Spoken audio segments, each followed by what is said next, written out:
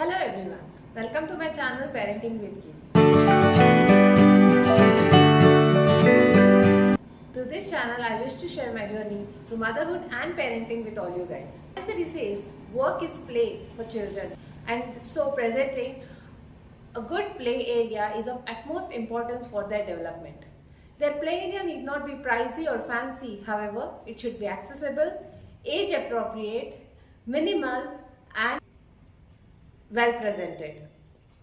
So through today's video, I will share few tips that I have learned along this 3-year journey through motherhood on how to present toys to your little one, how to store them away when they are not in rotation, how to rotate their toys, and how to keep them accessible to their heights without any fancy equipments.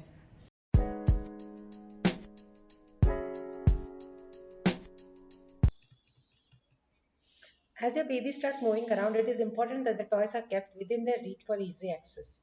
You can use simple items which are available at home to store their toys. Here I am to present with you 3 different options in which you can store their toys. The first one is a TV rack unit or an open wardrobe or a cupboard which you can use to store their toys.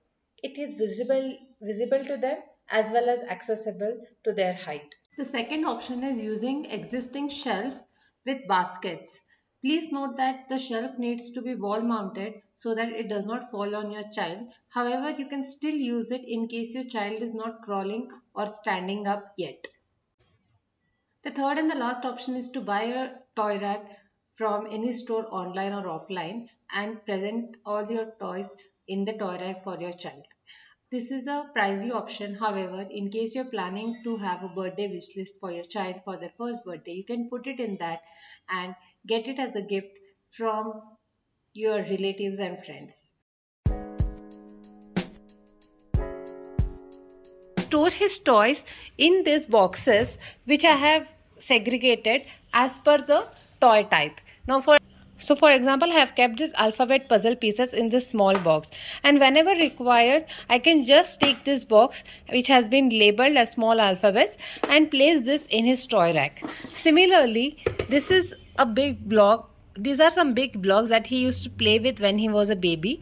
I've just kept it in case he retains his interest in it, or it will be a hand-on toy too. There are many other boxes. These are the boxes that I have bought from IKEA, and you can find the link of the same in the description box below. Now there is one more box in which I have kept few of his puzzles. This is a fabric box and I have segregated his puzzles whenever I have kept in it. So for example, this is a mat that he plays with his kinetic sand. So I have kept it together so that whenever I want it, I can just take it. Then there is a search and find mat which he has lost interest in as of now. And then there are many other toys. So I have used this fabric bags, and I have kept the toys segregated as such so that whenever I want it, I can just pick it up and put it in his toy rack.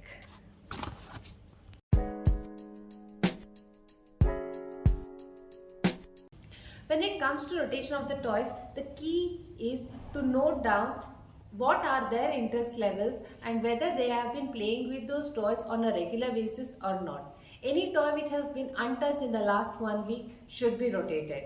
Secondly, do not place toys of the similar nature when they are a baby. So for example, if you are presenting with 6 baskets, have a sensory basket, a basket of kitchen items, a basket of stacker, a basket where they can just do peekaboo with a ball, and so on. So the key is to present different types of 6 toys to them. As they grow, you can also present them with open-ended toys such as blocks. If they are into vehicles, you can have vehicles. If they are into soft toys, you can have soft toys.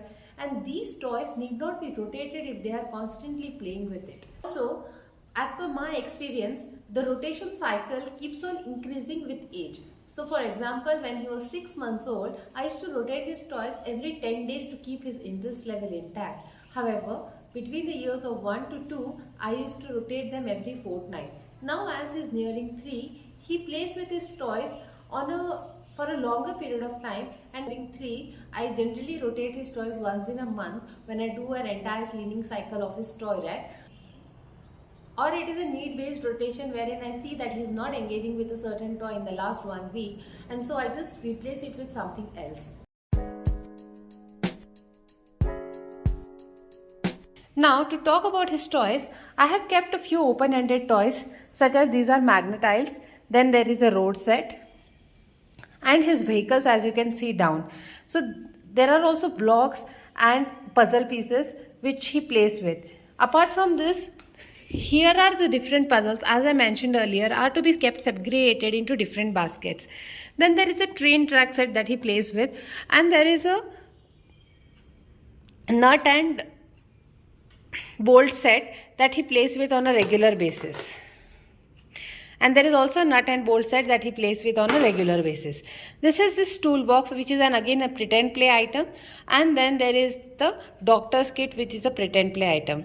So I generally only rotate the puzzles and the bolt, and the rest of the entire toy rack remains the same as his growing up, because these are the toys which have retained his interest in. Talking about his books, all his books are at his accessible level. So these are the books that I have kept it inside and not in the library. However, he can access it whenever he wants to. So this is his library, which was again a first birthday gift. You can find many DIY libraries on Pinterest, and you can do one for your little one, or you can just use baskets in which you can keep the books accessible for your little one. Now these books are rotated on a weekly basis. As you saw, he has many books, and so I just rotate the books that he is not reading and I keep it in his library, which is visually more appealing. That's all for today, guys. Don't forget to hit the like button and subscribe to my channel in case you're not one yet, to get the latest updates on motherhood and parenting. See you all soon with a new video. Until then, take care and bye bye.